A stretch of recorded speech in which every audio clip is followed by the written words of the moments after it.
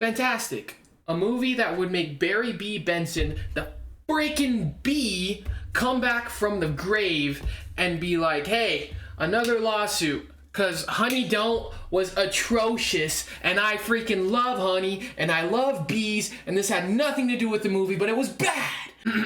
Anyways, yes, Honey Don't. Quite literally in the title, just don't. Now, I watched this movie like 2 weeks ago, and I didn't think it was gonna make a lasting impact, and I didn't want to make a review because I was like, gross. But then I haven't been to the movie since, and now I'm like, oh, maybe it did do something to me. Actually, no, I saw the 50th anniversary of Jaws. That was pretty good. Thumbs up for Jaws, everybody. Now, I think this was directed by one of the Coen brothers, one of the guys who made No Country for Old Men. Phenomenal movie. Has Margaret Qualley, Chris Evans, Aubrey Plaza. You know, so you come into it thinking, oh my gosh, this is gonna be cinema. Don't. Honey, don't even think about it. It's not. Quick spoiler-free stuff. Chris Evans, I have problems with him acting. I don't think he's a great actor, but this kind of proved me wrong. I'm not gonna lie. Again, he keeps getting in these roles. Materialists, Knives Out was probably the last time, other than Materials, he's actually been good in anything other than just being, you know, a superhero. And yeah, so I would give him MVP credit for this. And other than that, the title card scene, you know, when they introduce the names of the producers and like the actors and the director, I think was awesome. Like the intro to the movie, I was like, whoa, this is a neat blend of like the landscape for this movie along with just like cool, like showing off names really cool. And it became the best part of the movie because afterwards the movie hit and I was just like, this movie was just in 2 words, 3 words, cruel lesbian sex. Maybe it's not cruel. I'm a guy. I don't know if I should have an opinion on this movie anyways because, you know, I'm a dude, but like I'm just a guy. Now, just to set up the story. This is set in, I think, Bakersfield, California. I don't remember, some rural place in California that they somehow try to mesh like 70s detective along with like 2020 modernism, and it just doesn't work. At least I don't think it works because it's just like, oh, I'm quirky, and no one dresses up like that. I mean, it's fashionable. I love it, but no one dresses up like that. No one does that. It starts off with Margaret Qualley being a detective, private investigator.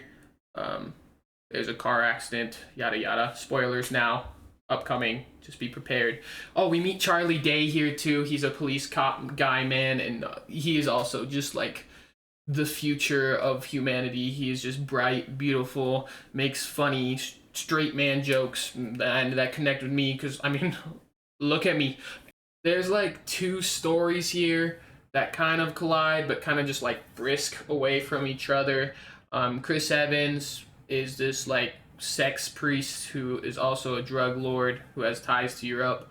And then, you know, that all goes AWOL. There's like a drug dealer who accidentally kills a gay guy, and it just kind of explodes from there. Honey kind of gets introduced to this because the lady that died in the car crash was part of his sex church, and she wanted to dig into it because she died. Then none of that really ends up going anywhere because, like, spoiler alert, Chris Evans dies, and he wasn't really important to this story at all, but he was funnier than hell, so it's okay. And honestly, the story is crap anyway, so I'm just happy to have some moments of just like laughter in this, because without it would just be like watching softcore porn. Back to the point, because I got off tangent just like this movie. Margaret Qualley, Honey, has a niece, I think is her niece, I don't know, who runs away because her grandpa's a weird creepy dude that she never met that like stalked her at work.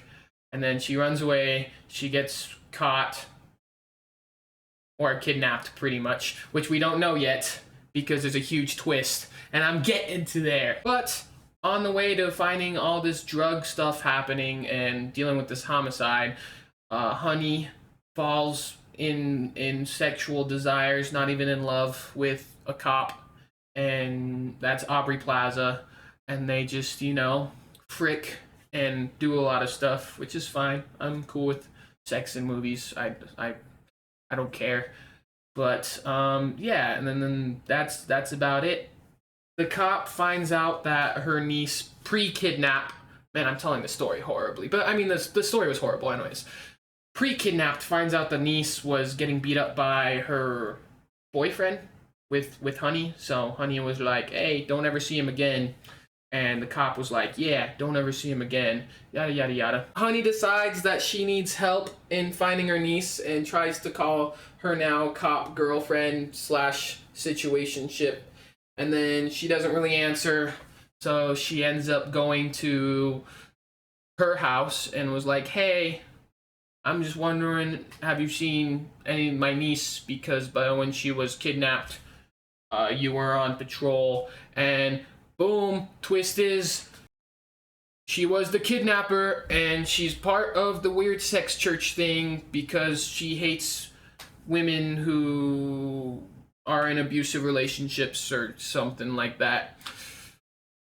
And yeah, there's no previous foreshadowing to this other than like a single yearbook scene of Aubrey Plaza's police officer lady saying that she was religious, and that happened like 30 seconds before this twist. So I was very bitter. I was very, very bitter. Honey, don't. And honestly, this movie just tries to rely on the charisma of Margaret Qualley and its other actors, which all the actors did really well. And I think the cinematography is great as well, but the story was not there. And like, what's the point of making this movie if there's no story there? I mean, I've personally, just for the plot, watched other sexual videos for the plot. Keep with me, guys, for the plot. And the plot was much better than this. Like, where's the pizza delivery guy? I can't believe I did that. It's for a bit. It's for a bit. Is it? But I understand making a movie with a bunch of actors, actresses, and a kind of cool film director to try to make some money out of it and chill it out. But quit baiting me into watching these movies, because if anything, all it's doing is just adding to the already oversaturated Netflix original movie genre that I just don't want to see actually in the movie theater. Because I'm here for film. I'm here for film. Here to study art. Plots. Anyways, if you had a chance to watch this movie, feel free to comment below how you felt. You know, I'm a guy. I really shouldn't have an opinion on this movie anyways. I mean, if I did like it, I think I'd be a little bit of a gooner. But, I mean, boobies are boobies. I think actresses and actors are phenomenal. And, yeah. A little add-on here. I am also wanting to do, like, a fun Halloween, like, movie marathon. So, if you have any ideas for that, feel free to let me know, because I honestly do need to start posting more here, and I've been slacking. I will get to that annihilation to that one person who commented. I love Alex Garland, so thank you. I did not forget about you. I apologize. Anyways, see you guys next time.